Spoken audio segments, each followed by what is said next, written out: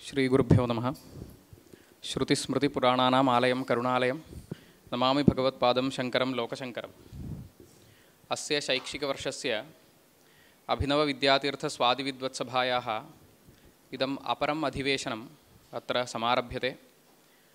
ಅಸ್ಮಿಂಶ್ಚ ಸುದಿನೆ ಅಸ್ಮಾಕಂ ಆಹ್ವಾನಂ ಅಂಗೀಕೃತ್ಯ ಸುಹೃದ್ವರಾः ಮಿತ್ರಮಣಯः ವೇದಾन्तವಿದ್ಯಾಯಾಂ ಕೃತಭೂರಿ ಪರಿಶ್ರಮಾः ಕುವಲಯದತ್ತಶರ್ಮಾಣः ಅತ್ರ ಸಮಾಗತಾः ಸನ್ತಿ. ತೇಭ್ಯಃ ಸಪ್ರಶ್ರಯಂ ಸ್ವಾಗತಂ ವ್ಯಾಹರಾಮಃ. ಸಭಾಯಾः ಆರಂಭೆ ವೈದಿಕೀಂ ಪ್ರಾರ್ಥನಾಂ ವಿಧಾತುಂ ಛಾತ್ರೌ ಸಮಾಹೂಯೇತೆ. ಏವಂ ದೀಪಪ್ರಜ್ವಾಲನೇನ ಸಭಾಯಾः ಶೋಭಾಂ ಅಭಿವರ್ಧಯन्तु ಇತಿ ಗುರುಚರಣಾः ವಿಶಿಷ್ಟಾತಿಥಯಶ್ಚ ಸಂಪ್ರಾರ್ಥ್ಯಂತೆ.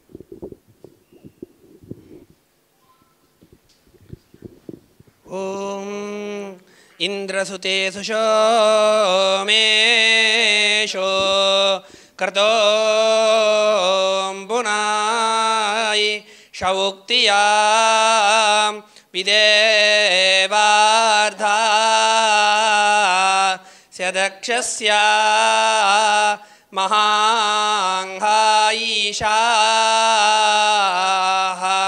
ಮಹಾಂಘೀಷಾ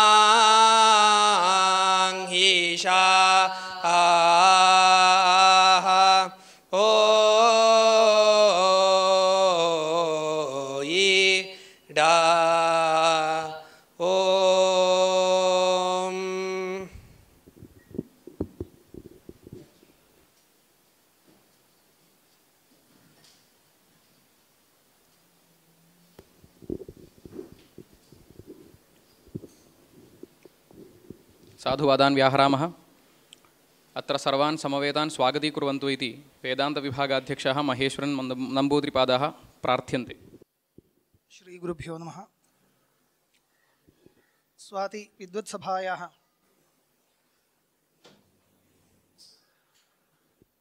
ಶೃಂಗೇರಿ ಶ್ರೀಚರಣಾನಾಂ ಅನುಗ್ರಹ ವಿಶೇಷೇಣ ಅವಿಚ್ಛಿನ್ನಂ ಪ್ರವರ್ತಮಾನಾಯಾः अस्मिन् अधिवेशने वासुदेवेन उक्तरीत्या अस्माकम् आमन्त्रणम् अङ्गीकृत्य समागताः वर्तन्ते सुहृदः कुवलयदत्तशर्मा महाभागाः. एतेषाम् आगमनं गतमासे एव अस्माभिः प्राप्तव्यमासीत्, परन्तु तदानीं केनचित् कारणेन प्रतिबन्धेन वृष्टिवशात् तत्र आगमनं प्रतिबद्धं, कार्यक्रमश्च प्रतिबद्धः. अस्तु तर्हि आन्लैन् द्वारा करिष्यामः इति चिन्तितं, परन्तु पश्चात् तथा मास्तु, साक्षादेव आगच्छामि इति तैः अङ्गीकृतं. यतः अत्र साक्षादागत्य प्रतिपादने, शास्त्रप्रतिपादने या निर्वृतिः लभ्यते, गुरुचरणाः सन्ति, तेषां पुरतः प्रतिपादयितुं शक्यते इत्येवमेव उत्साहेन ते समागताः सन्ति. न केवलम् अस्माकम् आह्वानं वर्तते इति तावन्मात्रं न, अत्र तेषाम् एते परमगुरवः भवन्ति, गुरूणां गुरवः भवन्ति, तेषां सान्निध्ये उपविश्य सविस्तरं शास्त्रप्रतिपादनं कर्तुं शक्यते इत्येवं समागताः सन्ति. तेषां कृते प्रथमतः स्वागतं व्याहरामि. एते मूलतः आन्ध्रीयाः भवन्ति, परन्तु बाल्यादेव अहं मन्ये तत्र दत्तदेवस्थाने एव मैसूरुदेशे अधीतविद्याः दत्तपीठे, दत्तपीठमिति उच्यते वा? दत्तपीठम्, आम्, दत्तपीठमिति काचन संस्था, तत्र अधीतवेदाः सामवेदिनः भवन्ति. तत्र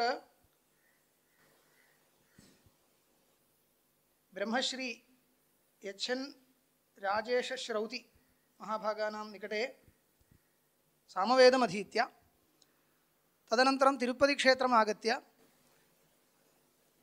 ब्रह्मश्री कुप्पा विश्वनाथशास्त्री महाभागानां गृहे एव स्थित्वा तत्रापि काचन पाठशाला, तत्र मैसूरु पाठशालायाः अधीनतया तैः प्रचाल्यते. तत्र स्थित्वा द्वौ एतैः सह अन्यश्च कश्चित् कृष्णः इति द्वौ इमौ तेषां सकाशे वेदान्तशास्त्रम् अधीतवन्तौ। यदा शास्त्रस्य आरम्भः सञ्जातः ततः प्रभृति मया तेषां सौहृदं प्राप्तमस्ति, ततः प्रभृति दृश्यमानः अस्ति। ततः आरभ्य कथं परिश्रमः कृतः, इदानीं कथं वर्तते इति तत्सर्वं परिणामम् अहं पश्यन्नेव अस्मि। तस्मात् इदानीम् एवं शास्त्रं सम्यक् प्रतिपादयितुं तेषां सामर्थ्यं वैदुष्यं च प्राप्तम् इत्यस्मिन् विषये अस्माकं सर्वेषामपि महान् अभिमानः आनन्दश्च वर्तते। अतः ते अत्र इदानीम् अस्माकम् आह्वानम् अङ्गीकृत्य समागताः इति पुनः तेषां पुनरपि एकवारं स्वागतं व्याहरामि। एते च न केवलं शास्त्रविद्या अधीता, अपि तु आधुनिकरीत्यापि तत्र तिरुपतिविद्यापीठादेव नेशनल् संस्कृत यूनिवर्सिटी इति इदानीम् उच्यमानायां संस्थायां MA पर्यन्तम् अधीत्य तत्रैव विद्यावारिधि PhD बिरुदं च प्राप्तवन्तः सन्ति। इदानीं सम्प्रति पुनः दत्तपीठे एव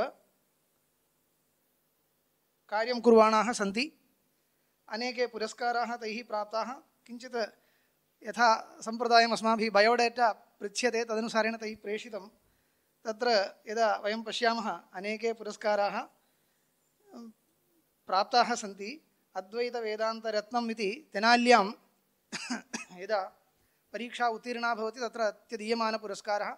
तेनाली परीक्षाम् वेदान्तशास्त्रे उत्तीर्य ततः पुरस्कारः प्राप्तः। एवम् अहमदनगर परीक्षा इति अन्या वर्तते, तत्रापि युगपदेव उभयत्र परीक्षां दत्वा तत्र महापरीक्षां समाप्य वेदान्तशास्त्रे पुरस्कारः प्राप्तो वर्तते तैः। अनन्तरं विद्वन्मणिः इति काञ्ची कामकोटिपीठस्य पुरस्कारः, वेदान्तशास्त्रविद्वान् इति महाविद्यापीठं हैदराबाद् इत्यतः प्राप्तः पुरस्कारः, अद्वैतवेदान्तविशारदः इति तेलङ्गानावेदशास्त्रपरिषत् इत्यतः प्राप्तः पुरस्कारः। एतत् सर्वं किमर्थम् उच्यते इत्युक्ते ये कृतभूरिपरिश्रमाः भवन्ति तेषां समाजे आदरो वर्तते इति सर्वैः ज्ञातव्यं, तदर्थम् उच्यते, केवलं स्तुत्यर्थमिति न। एवं विधाः एते भवन्ति। तैः भारतदेशे तत्र तत्र प्रवर्तमानेषु कार्यक्रमेषु अन्वयं प्राप्य आधुनिकरीत्या वा प्राचीनरीत्या वा विद्यमानेषु कार्यक्रमेषु अन्वयं प्राप्य शास्त्रगोष्ठ्याम् एवमेव उपन्यासगोष्ठ्याम् उभयत्रापि भागं गृहीत्वा शास्त्रतात्पर्यं निरूप्यमानमस्ति। तत्र कृतसन्नाहाः वर्तन्ते। एवमेव अग्रेपि शास्त्रीयं जीवनं शास्त्रप्रचार आदि परं शास्त्रप्रचारोन्मुखं प्रशिष्यपरम्परया तेषां जीवनम् अनुवर्तताम् इति च आशंसां विधाय अन्ये ये अस्यां सभायां भागं गृह्णन्ति सर्वान् स्वागतीकृत्य वाचम् उपसंहरामि। इदानीं वाक्यार्थः अग्रे भवतु।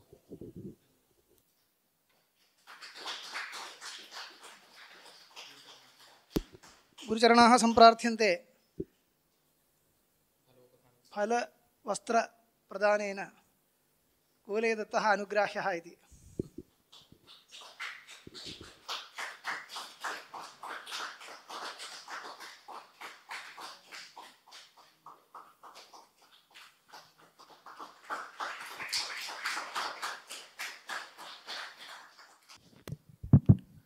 ओं नमो ब्रह्मादिभ्यो ब्रह्मविद्या संप्रदायकर्तृभ्यो विंशर्षिभ्यो महद्भ्यो नमो गुरुभ्यः। मूकोऽपि जटिलदुर्गतिशोकोऽपि स्मरति यः क्षणं भवतीम् एको भवति स जन्तुर्लोकोत्तरकीर्तिरेव कामाक्षि। गुरुर्ब्रह्मा गुरुर्विष्णुः गुरुर्देवो महेश्वरः गुरुः साक्षात् परं ब्रह्म तस्मै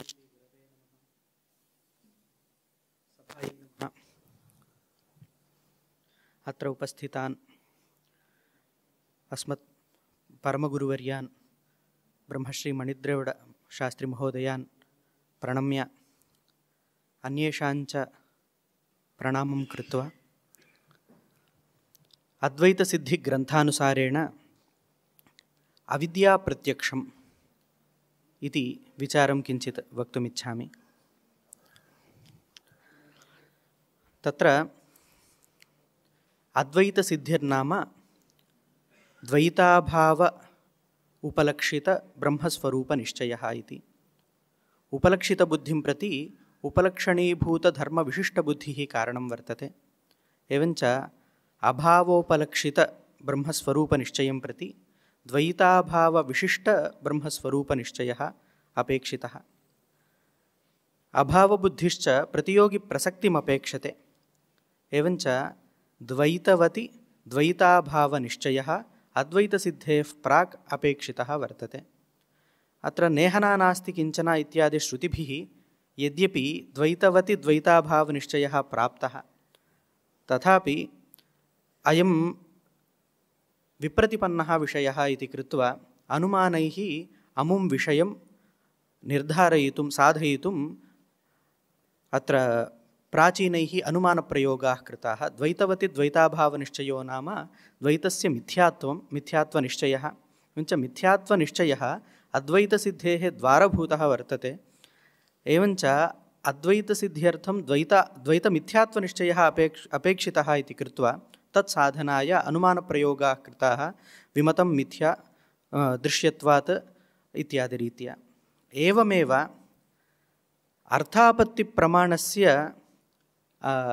अङ्गीकारात् पृथक्तया अङ्गीकारात् अर्थापत्त्या अपि द्वैतमिथ्यात्वं साधितं प्राचीनैः। तत्र एवं वर्तते दृष्टिसृष्ट्यन्यथानुपपत्त्या मिथ्यात्वसिद्धिः इति। यथा शुक्तिरजतादीनां दृष्टिसृष्टिः अङ्गीक्रियते, दृष्टिसमसमया सृष्टिः, एवमेव विश्वस्यापि दृष्टिसमसमया एव सृष्टिः इति कृत्वा दृष्टिसृष्ट्यन्यथानुपपत्त्या मिथ्यात्वं तत्र साधितं। दृष्टिसृष्टेः नाम अस्य दृष्टिसृष्टिप्रपञ्चस्य द्रष्टा कः इति अपेक्षायाम् अविद्योपाधिकः एक एव जीवः तत्र द्रष्टा इति एकजीववादोऽपि ग्रन्थे निरूपितः प्रसङ्गात्।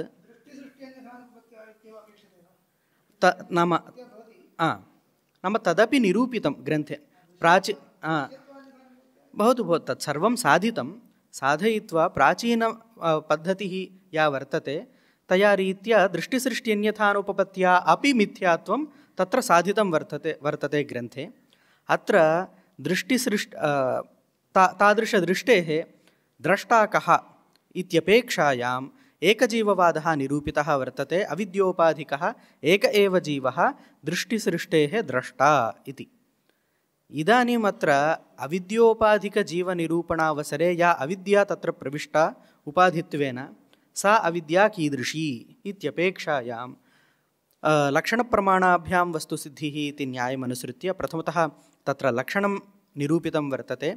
अनादिभावरूपत्वे सति ज्ञाननिवर्त्यत्वम् अविद्यायाः लक्षणम् इति। एवम् अविद्यायाः लक्षणम् उक्त्वा तदनन्तरम् अविद्यायां प्रत्यक्षप्रमाणं तत्र निरूपितम्। अहमज्ञः मामन्यञ्च न जानामि, एवं त्वदुक्तमर्थं न जानामि इति विशेषतः प्रत्यक्षम्। अहमज्ञः इति तु सामान्यतः प्रत्यक्षं, त्वदुक्तमर्थं न जानामि इति विशेषतः प्रत्यक्षम्। एवमेव सौषुप्तप्रत्यक्षमपि वर्तते, सुखमहमस्वाप्सं न किञ्चिदवेदिशम् इति प्रत्यक्षत्रैविध्यं तत्र निरूपितम्। अत्र अहमज्ञः इति केवलं प्रत्यक्षमादाय सद्यः विचारः क्रियते, यतः सः महान् ग्रन्थः वर्तते। एवञ्च अहमज्ञः इति प्रत्यक्षम् अविद्यायां प्रमाणम् इति तत्र निरूपितं वर्तते, प्राचीनैरेव निरूपितं। तत्र पूर्वपक्षिभिः शङ्काः उद्भाविताः। तत्र प्रथमतया एवं वर्तते, अहमज्ञः इति प्रत्यक्षं यदि अविद्यायां प्रमाणं स्यात् तर्हि अहमर्थः अज्ञानस्य आश्रयः भवेत्, किन्तु अहमर्थः अन्तःकरणं यद्वर्तते अविद्यायाः आश्रयो न भवति, केवलं शुद्धचितिरेव अज्ञानस्य आश्रयः भवति। आश्रयत्वविषयत्वभागिनी निर्विभागचितिरेव केवला इत्यङ्गीकारात् शुद्धचैतन्यस्यैव अज्ञानाश्रयत्वम्, अहमर्थस्य अज्ञानाश्रयत्वमेव नास्ति। एवञ्च एतादृश अहमज्ञः इति प्रत्यक्षं कथम् अज्ञाने प्रमाणं स्यात् इति शङ्कायां तत्र समाधानम् उच्यते।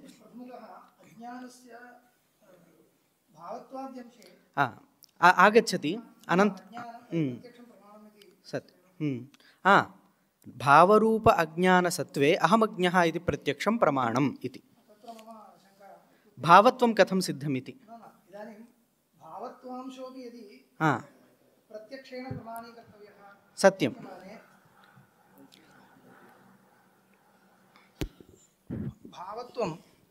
भावत्वांशः प्रत्यक्षस्य विषयः इति उच्यते वा अथवा अज्ञानं स्वरूपेण प्रत्यक्षस्य विषयः इति उच्यते वा इति यतोहि भावत्वांशस्तु कथं साध्यते इति चेत् तदुपरि कश्चन प्रश्नः सम्यक् अन्ततो गत्वा प्रत्यक्ष अन्यथानुपपत्तिः सत्यं तथैव एवञ्च अज्ञानस्वरूपे एव इदं प्रत्यक्षं प्रमाणम् अस्य भावत्वं तु अर्थात् सिद्ध्यति अर्थात् सत्यं अत्र अज्ञानस्य भावत्वे प्रत्यक्षं प्रमाणमिति नोक्तं भावरूप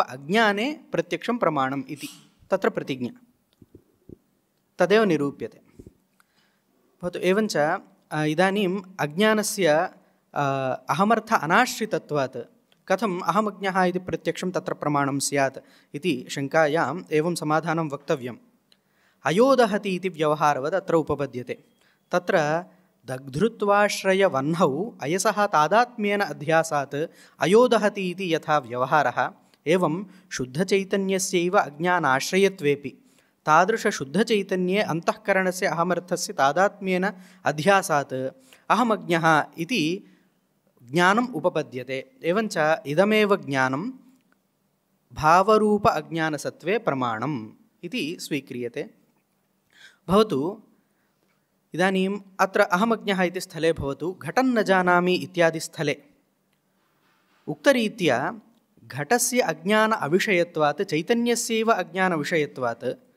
तत्र न जानामि इति ज्ञानाभाव एव वक्तव्यः घटविषयकज्ञानाभावः इति एवञ्च घटविषयकज्ञानाभावस्य तत्र विषयत्वाङ्गीकारात् अहमज्ञः इत्यत्रापि अभावस्यैव विषयत्वं भवतु ज्ञानाभावस्य इति चेत् तथा नास्ति घटं न जानामि इत्यत्रापि अज्ञानमेव विषयः अज्ञानस्य घटविषयकत्वाभावेपि घटावच्छिन्नचैतन्यविषयकत्वेन घटविषयकत्वं तत्र व्यवह्रियते तावन्मात्रेण घटविषयकत्वव्यवहारः उपपद्यते इति समाहितं भवतु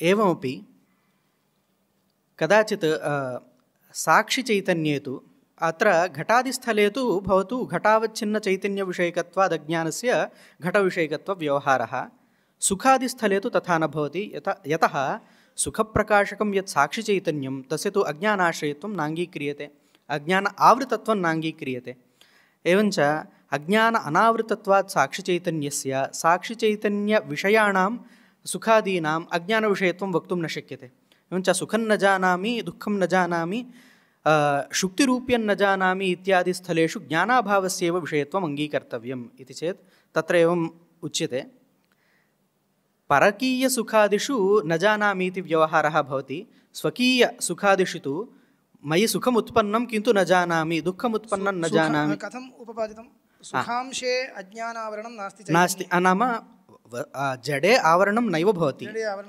तत्तदवच्छिन्नचैतन्यावरकत्वेन तत्तद्विषयावरकत्वम् अज्ञानस्य वक्तव्यम् इदानीं साक्षिचैतन्यस्थले किं सञ्जातं साक्षिचैतन्यस्य अज्ञानावृतत्वमेव नास्ति सुखाद्यंशे नास्ति नाम साक्षिचैतन्यस्य सत्यं नाम सुखावच्छिन्नं यत् साक्षिचैतन्यं तस्य अज्ञानावृतत्वाभावात् सुखस्यापि अज्ञानावृतत्वं न भवति चैतन्यस्य अज्ञानावृतत्वम् आदाय सुखस्य वक्तव्यं किन्तु तत् वक्तुं न शक्यते एवञ्च सुखं न जानामि दुःखं न जानामि इत्यत्र अज्ञानस्य विषयत्वं वक्तुं न शक्यते ज्ञानाभाव एव विषयः इति वक्तव्यं भवति तर्हि किं विषयकम् इदानीम् अज्ञानम् उपपादितं स्यात् सुखस्य वक्तुं न शक्यते इति कोऽर्थः सुखस्य ज्ञातैकसत्ताकत्वात् सुखस्य ज्ञातैकसत्ताकत्वादिति वस्तुतः प्रष्टुः अयम् अभिप्रायो नास्ति सुखावच्छिन्नचैतन्यस्य अज्ञानविषयत्वे सति सुखं न जानामि इति सुखविषयत्वेन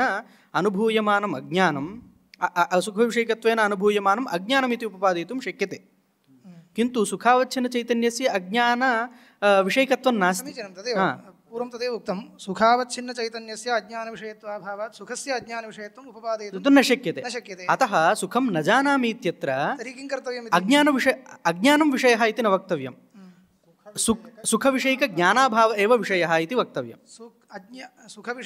सुखम् इदानीं नाम सुखम् अज्ञानस्य विषयो न भवति इति कृत्वा सुखज्ञानम् अज्ञानस्य विषयः इति तथा नास्ति सुखं न जानामि इति सुखविषयकज्ञानाभाववान् अहम् इत्येव अर्थः तदैकरूप्याय घटं न जानामि इत्यादि स्थलेपि घटविषयकज्ञानाभाववान् अहम् इत्येव अर्थः अस्तु ज्ञानाभावविषयकमेव इदं प्रत्यक्षं इत्युक्ते सुखस्य अज्ञानविषयत्वं न शक्यते इत्युक्त्वा अन्यस्य कस्यचित् अज्ञानविषयत्वं वक्तव्यम् इति भवद्भिः आपादितम् इति मम प्रतीतिः जाता तथा नास्ति सुखस्य न शक्यते ज्ञानस्यापि तथैव ज्ञानाभाव एव विषयः ज्ञानाभाव एव तत्र विषयः इति वक्तव्यम् एवञ्च सुखं न जानामि इत्यत्र ज्ञानाभावस्यैव विषयत्वं वक्तव्यं खलु एवञ्च सर्वत्रापि ज्ञानाभावस्यैव विषयत्वं भवतु इति संशये सति सुखस्य ज्ञातैकसत्ताकत्वात् उत्पन्नं सुखं न जानामि मयि उत्पन्नं सुखं न जानामि इति व्यवहारः नैव वर्तते एवञ्च भ्रान्तिसिद्धं शुक्तिरूप्यादिकं न जानामि इत्यपि व्यवहारः नास्ति नैव उपपादयितुं शक्यते एवञ्च परकीयसुखादिष्वेव न जानामि इति व्यवहारः वक्तव्यः तत्र तु सम्भवत्येव अज्ञानं नाम परकीयसुखविषयक प्रमातृनिष्ठा अज्ञानं तु वर्तते तच्च प्रमाणवृत्त्या निवर्तते इति कृत्वा तत्र अज्ञानमेव विषयः तत्रापि अज्ञानमेव विषयः ज्ञानाभावस्य विषयत्वं नास्ति इति भवतु अत्र मयि अहमज्ञः इति स्थले भवतु मयि ज्ञानं नास्ति इत्यत्र नयुल्लेखात् ज्ञानाभावः एव विषयः वक्तव्यः नयुल्लेखात् एवञ्च तत्साम्यात् अहमज्ञः इत्यत्रापि ज्ञानाभावस्यैव विषयत्वं भवतु यथा भूतले घटो नास्ति इत्यत्र घटाभावः एव विषयः अघटं भूतलम् इत्यत्रापि घटाभाव एव विषयः तत्र केवलं विशेष्यत्वप्रकारत्व परिवर्तनमेव भवति केवलं तद्वद् प्रकृतेपि तथा अस्तु इति चेत् तत्र एवं समाधानमुच्यते सत्यं तत्र विषयभेदः कोऽपि नास्ति उभयत्रापि अज्ञानमेव विषयः यदि मयि ज्ञानं नास्ति इत्यत्र ज्ञानाभावः विषयः स्यात् तर्हि अभावबुद्धौ प्रतियोगिनि भासमानस्य धर्मस्य प्रतियोगितावच्छेदकत्वनियमात् मयि ज्ञानं नास्ति इत्यत्र ज्ञानत्वं प्रतियोगितावच्छेदकम् इति वक्तव्यम् एवञ्च ज्ञानत्वावच्छिन्नप्रतियोगिताकः अयम् अभावः यावद्विशेषाभावकूटं वा तद्व्यतिरिक्तसामान्याभावो वा इति वक्तव्यम् एवञ्च ज्ञानसामान्याभावः मयि ज्ञानं नास्ति इत्यत्र विषयः इति वक्तव्यम् अभावबुद्धिं प्रति प्रतियोगिज्ञानं धर्मिज्ञानञ्च कारणम् अत्र प्रतियोगिधर्मिज्ञानयोः सत्त्वे ज्ञानसामान्याभावः नोपपद्यते यदि तत्सत्त्वे ज्ञानसामान्याभावः नोपपद्यते ज्ञानसामान्यं वर्तते चेत् ज्ञानसामान्याभावः वर्तते चेत् एतद्वयं न सम्भवति कारणाभावात् बुद्धिर्न स्यात् सामान्याभावबुद्धिर्न स्यात् इदमेव ज्ञानं वर्तते प्रथमतः प्रतियोगिज्ञानम् अस्तु तत्तु पृथक् मयि ज्ञानं नास्ति इति ज्ञानं वर्तते खलु सत्यं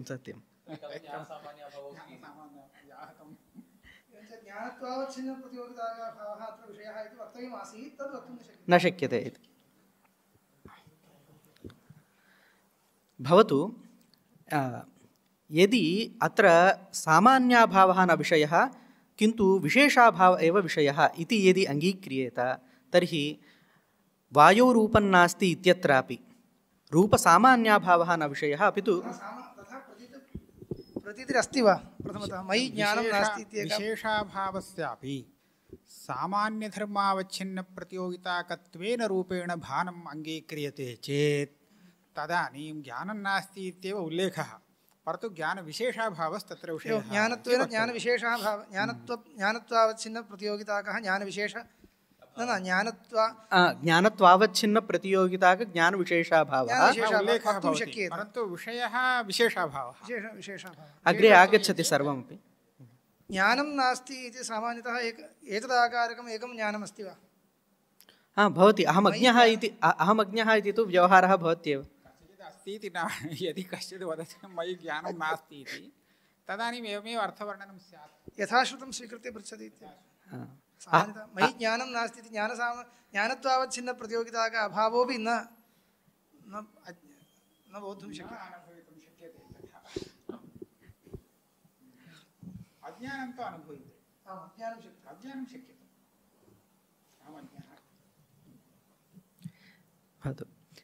एवञ्च अत्र यदि किमपि न जानामि इति कदाचित् अनुभूयते। सुषुप्तिकाले किमपि नाज्ञाधिकम् इति खलु वदति। सुषुप्तिकाले अभावानुभवः इति न वक्तुं शक्यते, अज्ञानानुभवः।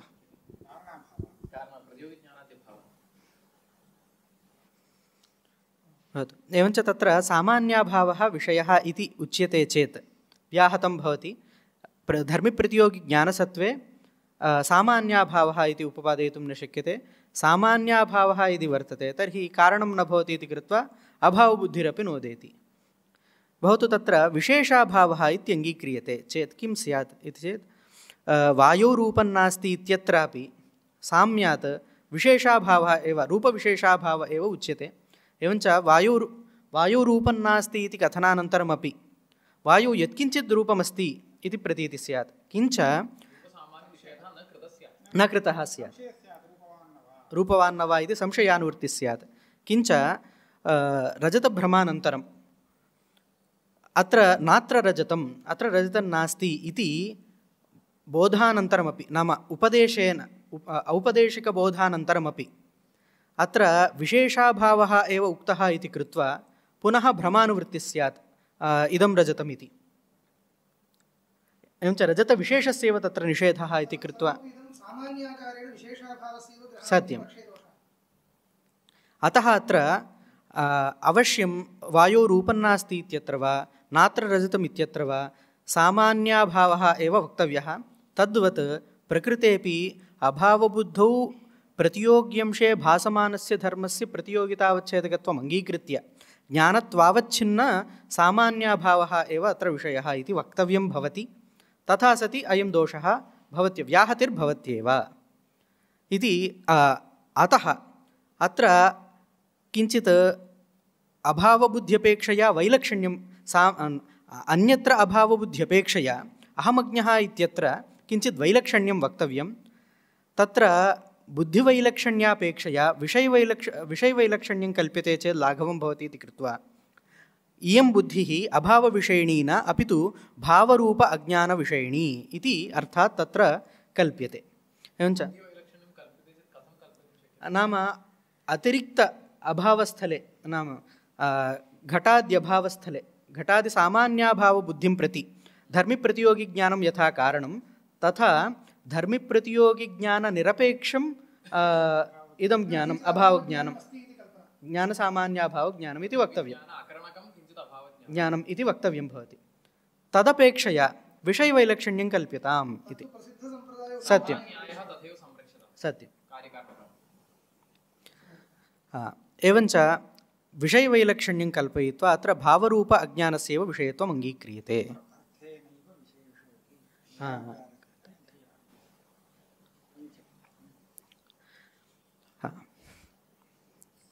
भवतु इदानीं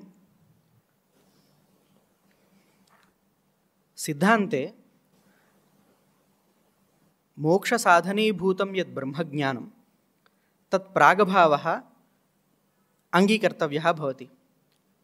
साधनवेलायां मोक्षसाधनीभूतब्रह्मज्ञानस्य प्रागभावः अङ्गीकर्तव्यः भवति। एवञ्च तत् प्रागभावबुद्धिं प्रति प्रतियोगिज्ञानं कारणं भवति। एवञ्च ब्रह्मज्ञानप्रागभावज्ञानार्थं ब्रह्मज्ञानज्ञानम् अपेक्षितं। ब्रह्मज्ञानज्ञाने सति ब्रह्मज्ञानम् अस्ति इत्येव फलति। एवञ्च इदानीं भवन्मतेपि प्रतियोगिज्ञानाज्ञानाभ्यां व्याहतिरस्ति। यदि ब्रह्मज्ञानज्ञानमस्ति तर्हि ब्रह्मज्ञानमपि अस्ति इति कृत्वा प्रागभावबुद्धिर्नोदेति। यदि प्रागभावः वर्तते तर्हि ब्रह्मज्ञानज्ञानम् उपपादयितुं न शक्यते। अस्य प्रश्नस्य उत्तरं सर्वैरपि दार्शनिकैः वक्तव्यं खलु। अद्वैतिनामेव कः यः ज्ञानान् मोक्षमिच्छति ज्ञान तदेव तदेव सर्वे दार्शनिकाः तथैव इच्छन्ति सर्वेणापि इदं वक्तव्यम् अस्य समाधानं प्रागभावज्ञानं यस्य मते वर्तते तत्र तु प्रतियोगिज्ञानम् अन्यया रीत्या कथं भवितुमर्हति यतः प्रागभावस्य एका एव व्यक्तिः प्रतियोगिनी सामान्याभावोऽपि नास्ति तर्हि तामेव प्रतियोगिव्यक्तिं पूर्वं ज्ञात्वा अनन्तरं प्रागभावज्ञानम् इत्युक्ते कथं सम्भवति क्लेशः वर्तते अतः प्रागभावः नाङ्गीक्रियते इति अग्रे समाधानमस्ति सत्यं सत्यं किन्तु तत्र प्रथमतः एवं परिहारः उक्तः अत्र ब्रह्मज्ञानं यद्विवक्षितं तत्तु निष्प्रकारकं ज्ञानम् अत्र तु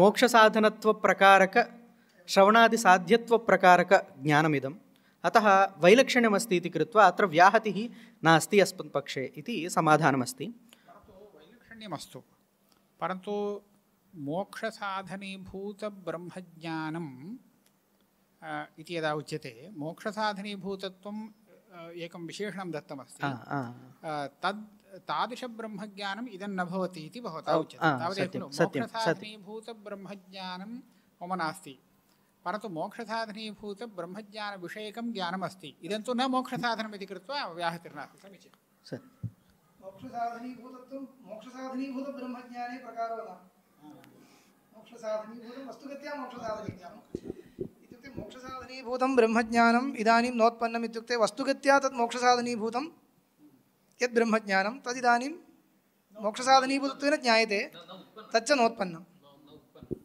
तद्विषयकज्ञानं तु मोक्षसाधनं न इति कृत्वा व्याघातः नास्ति सत्यं तत्तु न मोक्षसाधनं साधनं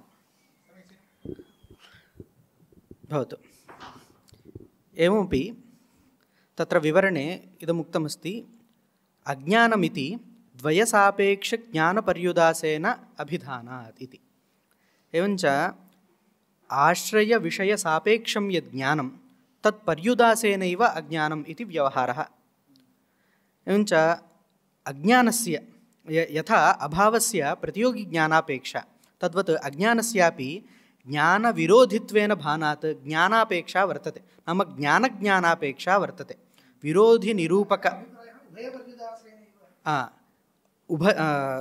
द्वयसापेक्षज्ञानपर्युदासेन अभिधानात् इति द्वयम् इत्युक्तौ विषय आश्रयविषयसा अज्ञानमिति वर्तते यत्र कुत्रापि अज्ञानमित्युक्तौ घटाज्ञानं ज्ञानपर्युदासरूपं ज्ञाने विशेषणं वस्तुतः ज्ञाने एव विशेषणं आश्रयविषयसापेक्षं यद् ज्ञानं तत्पर्युदासेन अज्ञानमित्यभिधानम् एवञ्च अज्ञानस्य ज्ञानापेक्षा वर्तते ज्ञानापेक्षा नाम विरोधिनिरूपकज्ञानज्ञानापेक्षा वर्तते विरोधनिरूपकं ज्ञानज्ञानं विरोधनिरूपकज्ञानस्य ज्ञानम् अपेक्षितम् एवञ्च इदानीमपि क्लेशः वर्तते यदि ज्ञानज्ञानं वर्तते तर्हि ज्ञानमस्ति इति कृत्वा ज्ञानविरोधिरूप अज्ञानं न स्यात् इति एकः क्लेशः किञ्च ज्ञानस्य केवलं ज्ञानभिन्नम् इति स्वीकारे न भवति ज्ञानविरोधि ज्ञानभिन्नम् इति यदा उच्यते तदा तु ज्ञानमपि भवितुमर्हति ज्ञानभिन्नमपि अज्ञानं भवितुमर्हति परन्तु ज्ञानविरोधी विरोधश्च सहानवस्थानरूपः तथा चेत् विरोधनिरूपकं यद् ज्ञानं तस्मिन् सति इदं न भवितुमर्हति इति क्लेशः एवञ्च विरोधनिरूपकज्ञानज्ञाने सति तत्र विरोधी ज्ञानं वर्तते इति कृत्वा तत्पर्युदासरूप अज्ञानस्य अवस्थानं न स्यात् किञ्च ज्ञानं विषयसापेक्षमस्ति एवञ्च घटं न जानामि इत्यत्र घटज्ञानविषयत्वेन घटः अपि अपेक्षितः नाम तस्य ज्ञानम् अपेक्षितं यतः विशिष्टवैशिष्ट्यावगाहि बुद्धिं प्रति विशेषणतावच्छेदकप्रकारकज्ञानं कारणम् एवञ्च अत्र सविषयकज्ञान सविषयकज्ञानविरोधि अज्ञाने विषयस्यापि ज्ञानम् अपेक्षितम्। एवञ्च विषयः यदि ज्ञातः तर्हि अज्ञानमिति न भवति, यदि न ज्ञातः तर्हि विशेषतावच्छेदकप्रकारकज्ञानाभावात् अज्ञानज्ञानमपि न भवति इति क्लेशः वर्तते इति चेत् तत्र एवं समाधानमुच्यते। सिद्धान्ते पूर्वपक्षे च किञ्चित् वैलक्षण्यं वर्तते। प्रथमतः सिद्धान्ते किमिति ज्ञातव्यम्। अज्ञानज्ञानं यद् वर्तते तत् प्रमाणवृत्तिरूपं नास्ति, किन्तु साक्षिचैतन्यम्। एवञ्च अज्ञानस्य साक्षिविषयत्वाङ्गीकारात् अज्ञानस्य एवम् अज्ञानविरोधिनः ज्ञानस्य तद्विषयस्य च सर्वेषां साक्षिविषयत्वमेव अङ्गीक्रियते। इदञ्च अज्ञानं प्रमाणवृत्त्या विरुध्यते। यदि घटविषयकप्रमाणवृत्तिः स्यात् तदा घटाज्ञानमिति वक्तुं न शक्येत, किन्तु घटविषयकसाक्षिज्ञानमात्रेण अज्ञानमिदं न विरुध्यते इति न निवर्तते इति तत्र समाधानम्। एवञ्च घटविषयकसाक्षिज्ञानसत्त्वेपि घटाज्ञानव्यवहारः उपपद्यते इति तत्र समाधानं। भवतु तद्वदेव अभावबुद्धिस्थलेपि वक्तुं शक्यते खलु। मयि ज्ञानं नास्ति इत्यत्र ज्ञानसामान्याभाव एव विषयः, तत्र प्रतियोगिज्ञानं धर्मिज्ञानञ्च साक्षिरूपम्। अत्र तु वृत्तिज्ञानसामान्याभावः विषयीक्रियते।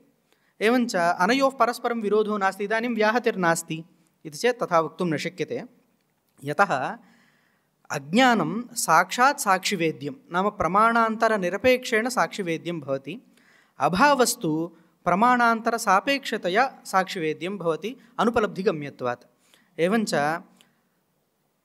अज्ञानविषयस्य अज्ञानद्वारा साक्षिविषयत्वम् उपपद्यते, साक्षात् साक्षिविषयत्वात् अज्ञानस्य।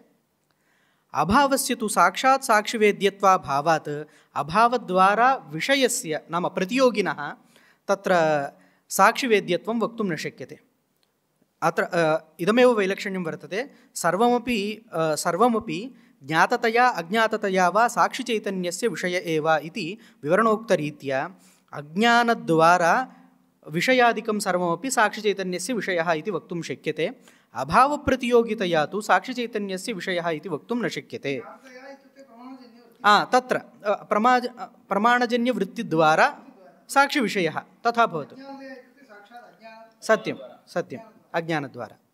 एवञ्च अभावस्य साक्षात् साक्षिविषयत्वं नास्ति इति कृत्वा अभावद्वारा प्रतियोगिनः साक्षिविषयत्वं न सम्भवति। भवतु विषयस्य साक्षिवेद्यत्वाभावेपि ज्ञानं तु साक्षात् साक्षिवेद्यम्। एवञ्च ज्ञानस्य साक्षिवेद्यत्वात् ज्ञानद्वारा विषयस्य साक्षिवेद्यत्वम् उच्यताम्। एवञ्च घटं न जानामि इत्यत्र उदाहरणत्वेन स्वीकुर्मः। घटं न जानामि इत्यत्र अभावः साक्षात् साक्षिवेद्यो नास्ति, किन्तु ज्ञानं साक्षात् साक्षिवेद्यं। ज्ञानद्वारा नाम अभावप्रतियोगिभूतं यद् घटं न जानामि इत्येव खलु। घटं न जानामि इत्यत्र ज्ञानाभावः साक्षात् साक्षिवेद्यो नास्ति, किन्तु घटविषयकं ज्ञानं यद् वर्तते तत्तु साक्षात् साक्षिवेद्यं। तद् ज्ञानद्वारा घटस्य साक्षिवेद्यत्वं वक्तुं शक्यते खलु। किन्तु वदामि किन्तु अत्र इदं किञ्चित् वैलक्षण्यमस्ति। अत्र ज्ञाने विद्यमाने तत् साक्षात् साक्षिवेद्यम् इति वक्तुं शक्यते। अविद्यमानं ज्ञानं साक्षिचैतन्यस्य विषयो न भवति। एवञ्च अज्ञानद्वारा तु अविद्यमानमपि ज्ञानं साक्षिचैतन्यस्य विषयः भवितुमर्हति। साक्षात् तु साक्षिवेद्यत्वं वक्तव्यं चेत् ज्ञानस्य सत्त्वं वक्तव्यं, ज्ञाने सति तु अभावः न भवति इति तत्र व्याहतिर्भवत्येव। एवञ्च पूर्वपक्षे सिद्धान्ते च अज्ञाने सति अज्ञानं यदि भवति तर्हि ज्ञानं विनापि तस्य साक्षिवेद्यत्वं सम्भवति।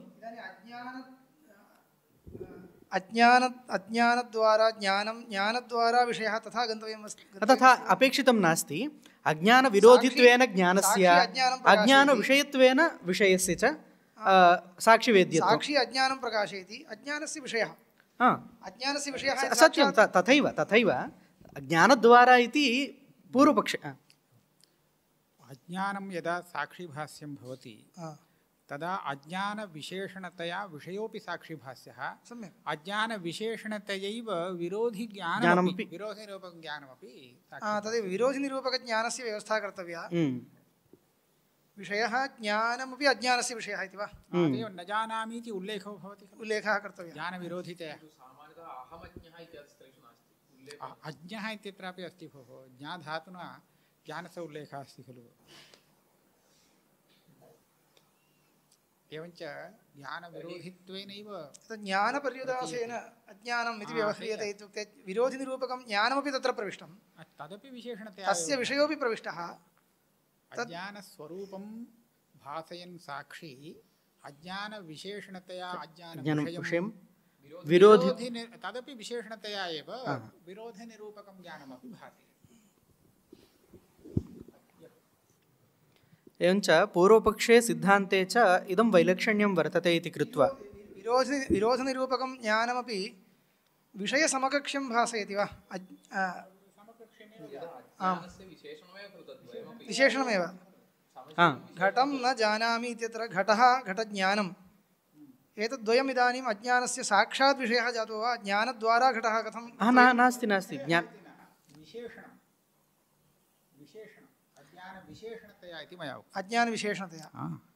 अज्ञानविषयतया विशेषणतया साक्षिणा भास्यते इति वक्तव्यं सत्यं सर्वम् एतद् अज्ञानविशेषणं सत्यं तत्रापि मया किं गवेष्यते इत्युक्ते किं परम्परया विशेषणं साक्षात् परम्परया किमपि नास्ति साक्षात् विशेषणं तदेव द्वयं साक्षात् विशेषणं सत्यम् उल्लेखः तथा अनुगुणः अस्ति वा अस्ति यतः घटं न जानामि इत्यत्र घटविषयक अज्ञानवान् इति मास्तु घटविषयकज्ञानाभाववान् इति नास्ति खलु नास्ति घटविषयक अज्ञानवान् अहम् इति तु प्रतीतिः उल्लेखे कथं योजनीयं घटविषयक अज्ञानवान् अहं घटविषयक अज्ञानवान् अहम् अज्ञानम् इति इदानीं कश्चन अखण्डपदार्थः सत्यं सत्यं यद्यपि ज्ञानपर्युदासेन तस्य व्युत्पत्तिः प्रदर्शिता सत्यं परन्तु सः कश्चन अखण्डपदार्थः स्वीकृतः खलु किन्तु तथा नास्ति द्वयसापेक्षज्ञानपर्युदासेन अभिधानादिति उक्तरीत्या अज्ञानपदस्य व्युत्पत्तिनिमित्तं व्युत्पत्तिनिमित्तं किन्तु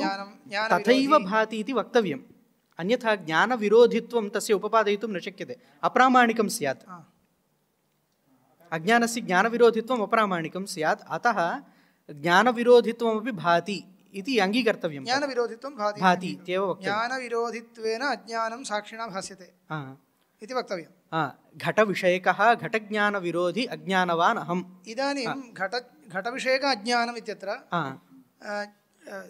तत्र एवं वक्तव्यं घटः द्वयं समकक्ष्यं विशेषणं जातं वा अज्ञानस्य नाम घटविषयकं घटज्ञानविरोधि च यदज्ञानं तद्वान् अहम् इति प्रतीतेः आकारः उपविषयकं घटविषयकं घटज्ञानविरोधि च यदज्ञानं तद्वान् अहम् इति तत्र निरूपणं कर्तव्यम् तच्च इदानीं साक्षिचैतन्यविषयः इति कृत्वा एवं अज्ञानज्ञानम् उपपादयितुं शक्यते अत्र व्याहतिः किमपि नास्ति इति भवतु अत्र प्रागभावप्रतीत्यनुगुणतया इदं तु अङ्गीकर्तव्यम् अभावबुद्धौ प्रतियोगितावच्छेदकप्रकारकज्ञानं न कारणम् अपि तु अभावबुद्धौ प्रतियोगिवृत्तिधर्मप्रकारकज्ञानमेव अभावबुद्धौ भासमानं यत् प्रतियोगी तद्वृत्तिधर्मप्रकारकज्ञानमेव अभावबुद्धौ कारणम् इत्यङ्गीकर्तव्यम् अन्यथा किं भवति प्रागभावबुद्धिस्थले घटो भविष्यति प्रतियोगिनी अभावबुद्धौ भासमानः यः प्रतियोगी तद्वृत्तिधर्मप्रकारकज्ञानम् अभावबुद्धौ कारणम् इत्यङ्गीकर्तव्यं कुतः इत्युक्तौ घटो भविष्यति इत्यादिषु स्थलेषु तत्र तद्घटप्रागभावः अत्र विषयः इति वक्तव्यं किन्तु अत्र प्रतियोगितावच्छेदकं तु तद्घटत्वप्रकारकज्ञानं तु पूर्वं नैव वर्तते अतः घटत्व नाम सामान्यधर्मप्रकारक तद्घटविशेष्यकज्ञानमिति वक्तव्यम् अत्र सामान्यलक्षणप्रत्यासत्यङ्गीकारे घटत्वसामान्यप्रकारक तद्घटविशेषकज्ञानम् उपपादयितुं शक्यते. अन्यथा इष्टविषयकज्ञानवत् इष्टवृत्ति सामान्यधर्मप्रकारकज्ञानम् इच्छायाः कारणमिति यथा अङ्गीक्रियते, नाम इष्ट अविषयक तद्वृत्तिधर्ममात्रप्रकारकज्ञानम् इच्छायाः कारणमिति यथा उच्यते, तद्वत् सामान्यरूपेण तु इष्टमपि विषयः भवितुमर्हति, सामान्यरूपेण न विषयः, विशेषरूपेण न विषयः, सामान्यरूपेण तु इष्टविषयकत्वमपि अस्ति, नम विशेषस्य इष्टविशेषस्यापि, परन्तु इष्टविशेष एव इच्छायाः विषयः, इच्छाविषयस्तु विशेषः, इच्छाविषयः विशेषः, ज्ञाने तु सः सामान्यरूपेण तस्य भानम् इति नैयायिकाः वदन्ति इति मन्ये, सामान्यलक्षणप्रत्यासत्या. यदि सामान्यलक्षणप्रत्यासत्तिः अङ्गीक्रियते तर्हि तस्यापि विशेषस्यापि अत्र विषयत्वं नाङ्गीक्रियते चेत् तत्प्रकारकज्ञानमात्रम् इच्छायाः कारणमिति यथा अङ्गीक्रियते, तद्वत् घटत्वप्रकारकज्ञानमात्रं तद्घटविषयक तद्घटप्रतियोगिकप्रागभावबुद्धिं प्रति कारणम् इति अङ्गीकर्तव्यम् इति वक्तव्यम्. अस्मिन् पक्षे तद्विषयकत्वं नावश्यकं, तद्वृत्ति सामान्यधर्मप्रकारकज्ञानमस्ति चेत् पर्याप्तम् इति. एवञ्च इदानीम् अन्ततो गत्वा किं सञ्जातं, नाम प्रतियोगिता यद्यपि विशेषधर्मावच्छिन्ना तथापि सामान्येनैव धर्मेण प्रतियोगितायाः अत्र भानम् अङ्गीकृतं भवति. नाम सामान्येन धर्मेण सामान्यरूपेण विशेषस्य अत्र भानम् अङ्गीक्रियते. एवञ्च प्रकृतेपि मयि ज्ञानं नास्ति इति वा भवतु, अहमज्ञः इति वा भवतु, तत्र सामान्येन ज्ञानाभावत्वेन रूपेण विशेषाभावस्यैव भानम् इत्यङ्गीकर्तव्यम्. एवञ्च सर्वत्र प्रागभावबुद्धौ एवमेव अङ्गीकर्तव्यम् इति. भवतु अत्र सामान्येन वक्तुं शक्यते, तद्व्यक्तिर्न ज्ञायते, सत्यं प्रतियोगी कः इति पृष्टे तद्व्यक्तिः इत्येव वक्तव्यं. सत्यं प्रागभावस्य प्रतियोगी तद्व्यक्तिः, सत्यं तद्व्यक्तित्वेन ज्ञानम् अपेक्षते परन्तु न भवति, न सम्भावयितुं सत्यं शक्यते. सत्यं सत्यं अतः सामान्यरूपेण तद्व्यक्तिज्ञानं कारणम्.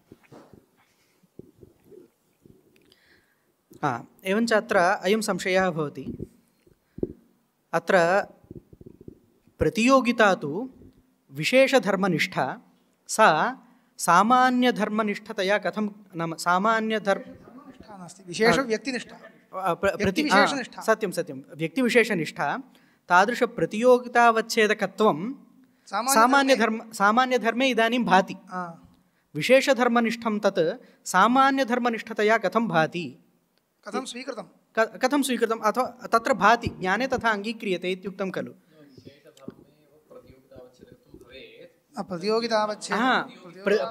प्रतियोगितावच्छेदकत्वं तु विशेषधर्मनिष्ठं, किन्तु प्रतियोगिता विशेषनिष्ठा तदवच्छेदकत्वञ्च सामान्यधर्मः प्रतियोगितावच्छेदको नास्ति, नास्ति, किन्तु विशेषधर्म एव प्रतियोगितावच्छेदकः वक्तव्यः आसीत्. तथैव अङ्गीक्रियते, किन्तु प्रतियोगितावच्छेदकत्वग्रहः सामान्यरूपेणैव गृह्यते, तावत् दूरं गतम् इति. प्रतियोगितावच्छेदकत्वमपि विशेषधर्मस्य एव वक्तव्यं, परन्तु सः धर्मः तथा ग्रहीतुं न शक्यते. प्रतियोगितावच्छेदकीभूतो यः विशेषधर्मः सः सामान्यरूपेण गृह्यते इति वा, सामान्यरूपेण गृह्यते इति अत्र उदाहरणमपि तैः प्रतिपादितं वर्तते. अत्र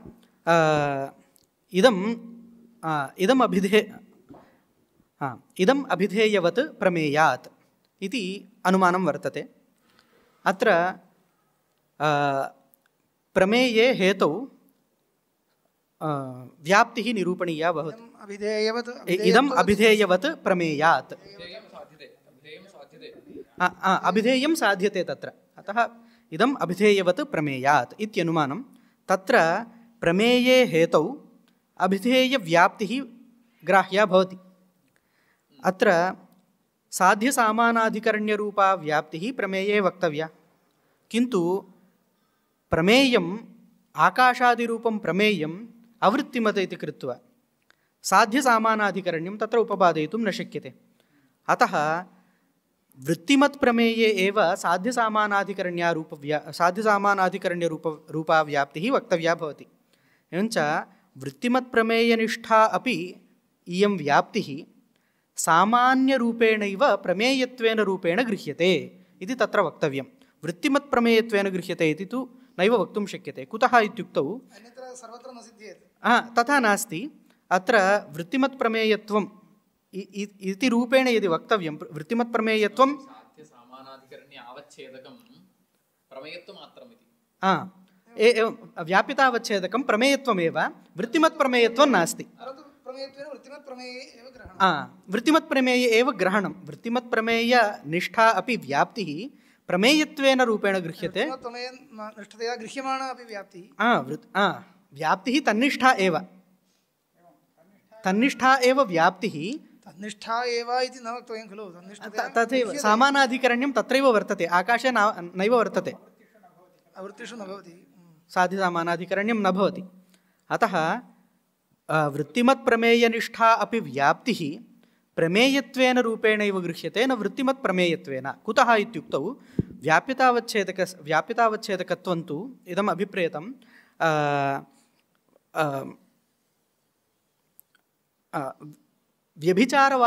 व्यभिचारवारकत्वेनैव व्याप्यतावच्छेदकदलानां सार्थक्यं, हेतुतावच्छेदकदलानां सार्थक्यं वक्तव्यं। हेतुकोटिप्रविष्टानां दलानां व्यभिचारवारकतया सार्थक्यं वक्तव्यम्। इदानीं वृत्तिमत्वम् इत्यनिवेशे कुत्रचित् व्यभिचारः वक्तव्यः, तथा सत्येव वृत्तिमत्वस्य तत्र सार्थक्यं भवति। किन्तु व्यभिचारो नाम साध्याभाववद् वृत्तित्वं, साध्याभाववती अभिधेयाभाववती नाम आकाशादिरूपं प्रमेयं वर्तते चेत् तत्र व्यभिचारः स्यात्। किन्तु आकाशादीनाम् अवृत्तिपदार्थानां साध्याभावसामानाधिकरण्यमपि नास्ति।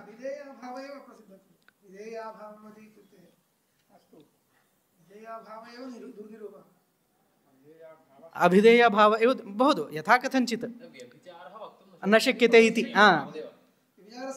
अत्र सत्यं सत्यं सत्यं नाम अत्र इदम् अभिप्रेतं, यथा साध्यसामानाधिकरण्यं नास्ति तथा साध्याभावसामानाधिकरण्यमपि नास्ति प्रमेये। व्यभिचारस्य अप्रसक्तत्वात् व्यभिचारवारकतया वृत्तिमत्वविशेषणस्य सार्थक्यं वक्तुं न शक्यते। अतः वर्तते साध्यसामानाधिकरण्यं किमर्थं नास्ति इत्युक्ते आकाशादेः प्रमेयस्य आवृत्तित्वात्। साध्याभावसामानाधिकरण्यं नास्ति इत्यत्र तद् आवृत्तित्वमपि अस्ति, साध्याभावस्य अप्रसिद्धत्वादपि द्वयमपि। एवञ्च तत्र वृत्तिमत् प्रमेयात् इति एवञ्च वृत्तिमत् प्रमेयत्वेन रूपेण अत्र नास्ति। व्याप्तिः वृत्तिमत् प्रमेयनिष्ठा अपि प्रमेयत्वेन सामान्यरूपेणैव गृह्यते इति यथा, तद्वत् प्रकृतेपि तत्तद्विशेषव्यक्तिनिष्ठा अपि प्रतियोगिता तत्तद्विशेष नाम तत्तद्धर्मत्वेन न गृह्यते, किन्तु सामान्यरूपेणैव गृह्यते। नाम तत्तन्नीलादिव्यक्तिगता अपि, नाम तत्तद् घटादिव्यक्तिगता अपि प्रतियोगिता तत्तद्घटत्वेन न गृह्यते, अपि तु घटत्वेन रूपेणैव गृह्यते इति वक्तव्यम्। एवञ्च इदानीं प्रतियोगितापर्यन्तमेव गतं, भवता पूर्वम् आरम्भकाले प्रतियोगितावच्छेदकपर्यन्तं गतं। ज्ञाने वक्तव्यं, नाम प्रतियोगितावच्छेदक नाम तदेव प्रतियोगिता गृह्यते इत्युक्तौ धर्मनिष्ठा एव यद्यपि प्रतियोगितावच्छेदकता सत्यं सत्यं किञ्चित् नाम पर्यवसानं तथैव वर्तते। प्रतियोगिता तेन रूपेण गृह्यते इत्युक्तौ प्रतियोगिता सत्यं एवञ्च विशेषनिष्ठा अपि प्रतियोगिता सामान्यरूपेण गृह्यते इति तावत्। एवञ्च प्रकृतेपि किमस्ति, तत्तज्ञानविशेषाभावनिष्ठा अपि प्रतियोगिता ज्ञानसामान्याभावत्वेन गृह्यते, ज्ञानत्वेन रूपेण गृह्यते इति। एवञ्च मयि ज्ञानं नास्ति अहमज्ञः इत्यादिषु ज्ञानविशेषाभाव एव विषयः इत्यभिप्रेतः पूर्वपक्षिणाम् अयम् अभिप्रायः। तत्र सिद्धान्तः एवमुच्यते, अत्र वैलक्षण्यमस्ति। तत्र व्याप्तिस्थले तु बाधकं नास्ति, विशेषनिष्ठा अपि व्याप्तिः सामान्यरूपेण गृह्यते इत्यत्र न किमपि बाधकं, प्रकृते तु बाधकमस्ति। यदि विशेषनिष्ठा व्याप्तिः सामान्यरूपेण गृह्यते तर्हि वायोरूपं नास्ति इत्यत्र इति कथनानन्तरमपि वायुः रूपवान् न वा इति संशयानुवृत्तिः स्यात्। तथा अत्रापि नाम नाम अयम् अभिप्रायः, नाम यदि सामान्यरूपेण भासमानः अपि नाम सामान्यरूपेण भासमाना अपि प्रतियोगिता यदि विशेषनिष्ठा इत्यङ्गीक्रियते तर्हि वायुरूपं नास्ति इत्यत्रापि अयमपि सामान्यरूपेण भासमाना प्रतियोगिता, इयं प्रतियोगिता विशेषनिष्ठा इत्येव स्यात्। एवञ्च वायुरूपं नास्ति इत्यत्र यत्किञ्चित् रूपं नास्ति, एवञ्च वायुः रूपवान् न वा इति संशयानुवृत्तिः। नात्र रजतम् इत्यत्र यत्किञ्चित् रजतं नास्ति इति कृत्वा अन्यद् रजतम् अस्ति इति कृत्वा रजतभ्रमानुवृत्तिः इत्यादिकं भवेदेव। किञ्च प्रवृत्तिस्थलेपि प्रवर्तकत्वमपि वर्तते अज्ञानस्य। किञ्चित् विषयम् अज्ञात्वा पुरुषः तत्र प्रवर्तते। क्वचित् तथा अङ्गीकृतम् इति चेदपि अगत्य अङ्गीकृतं चेदपि वायुरूपं नास्ति इत्यत्र तथा अङ्गीकर्तव्यं नास्ति खलु। अङ्गीकर्तव्यं नास्ति, किन्तु एवं संशयः स्यात्, संशयानुवृत्तिस्तु भवति इति। नाम सामान्यधर्मेण सामान्यरूपेण विशेषाभावः यदि भाति रूपत्वेन रूपेण सत्यं रूपविशेषस्यैव अभावो नाम अयम् अभिप्रायः।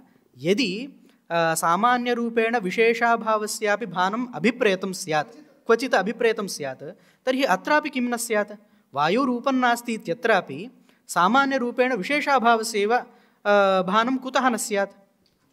एवं संशयनिवर्तकत्वं न भवति तस्य।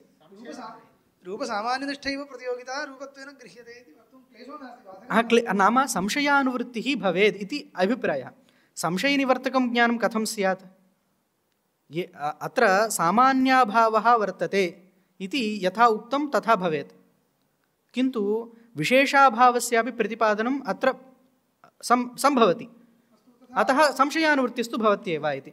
भ्रमनिवृत्तिः संशयनिवृत्तिश्च तदा एव भवति यदा निश्चयात्मकं ज्ञानम् उत्पद्यते। इदानीं तु न स्यादिति। एतादृशवाक्यश्रवणानन्तरं तादृशनिश्चयात्मकज्ञानं नोत्पद्येत।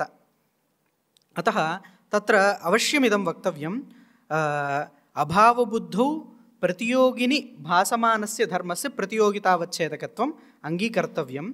एवञ्च अङ्गीकृत्य सामान्यधर्मावच्छिन्नप्रतियोगिताकः अभावः सामान्याभाव एव स्यात्, न तु विशेषाभावः इत्यङ्गीकारे एव वायुरूपं नास्ति इति कथनानन्तरं नात्र रजतम् इति कथनानन्तरं संशयादीनां भ्रमाणाञ्च निवृत्तिः उपपद्यते। सामान्यधर्मावच्छिन्नप्रतियोगिताकत्वं सामान्याभावस्यैव न तु विशेषाभावस्य इति। एवम् अङ्गीकारे च मयि ज्ञानं नास्ति, अहमज्ञः इत्यादि स्थले व्याहतिर्वर्तते, व्याहतिरनुवर्तते इति कृत्वा अत्र अज्ञानमेव विषयः इति अवश्यम् अङ्गीकर्तव्यं भवति। भवतु तर्हि घटो भविष्यति इति व्यवहारस्य का गतिः? इदानीं किं स्यात्? प्राग्भावस्य सिद्धिर्न स्यात्। प्राग्भावः न सिद्ध्यति चेत् इष्टापत्तिः नैव अपेक्षितः। तर्हि घटो भविष्यति इत्यत्र का गतिः इत्युक्तौ घटो भविष्यति इत्यत्र धात्वर्थभविष्यत्ता एव विषयः। धात्वर्थभविष्यत्वं नाम किम् इत्युक्तौ घटनिष्ठं भविष्यत्वं।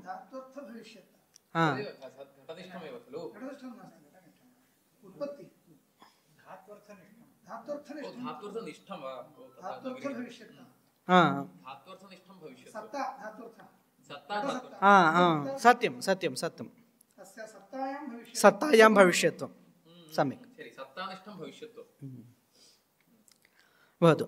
एवञ्च भविष्यत्वं नाम किम् इत्युक्तौ प्रतियोगि तद्ध्वंस अनधिकरणकालसम्बन्धित्वं भविष्यत्वं। ध्वंसत्वं नाम कादाचित् का भावत्वं। प्रतियोगि तद्ध्वंस अनाधारकालसम्बन्धित्वम् प्रश्नः इत्युक्ते भविष्यत्तु नाम प्रागभाव सत्यं सत्यं सत्यं प्राग्भावाधारकालसम्बन्धित्वं वा किञ्चित् वक्तव्यं वर्तमानप्रागभावप्रतियोगित्वं वर्तमानप्रागभावप्रतियोगित्वं भविष्यत् प्रतियोगित्वं भविष्यत् इति वक्तव्यं वर्तमानप्राग्भाव प्रतियोगित्वं वा अथवा प्राग्भावकालसम्बन्धित्वम् उभयं समानं सम्बन्धित्वं भविष्यत्वं सद्यः प्रतियोगितध्वंस अनधिकरणकालसम्बन्धित्वम् इदानीं पुनः ध्वंसघटितम् उक्तं ध्वंसघटकतया पुनः प्रागभावः नास्ति नास्ति नापेक्ष अत एव ध्वंसत्वं नाम कादाचित्काभावत्वं तद् सम्यक् सत्यं सत्यं सत्यं सत्यं नापेक्षितं कादाचित्काभावः प्राग्भावान् अङ्गीकारात् कादाचित्काभावत्वं नाम प्रकारान्तरेण परिष्क्रियते एवञ्च घटो भविष्यति इति व्यवहारः उपपन्नः एवञ्च प्राग्भावः नैव अङ्गीक्रियते इति कृत्वा अहमज्ञः प्राग्भावः नैव अङ्गीकृतः एवञ्च सामान्यधर्मावच्छिन्न प्रतियोगिताकः ध्वंसः अङ्गीक्रियते अवश्यं व्यवहारसिद्धः प्राग्भावस्य वस्तुतः व्यवहारसिद्धत्वं नास्ति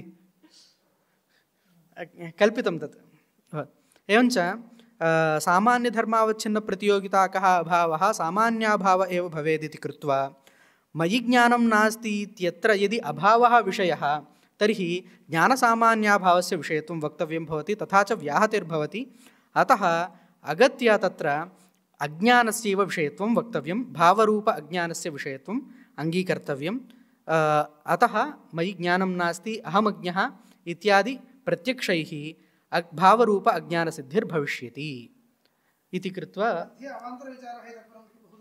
इतोपि बहु वर्तते सत्यम् इदं विशेषविषये दृष्टं विशेषविषयक अज्ञानं अतः प्रतिज्ञायाम् एतावत्पर्यन्तम् अहमज्ञः इति ज्ञानपर्यन्तं विवेचनं क्रियते इत्युक्त्वा विरमामि।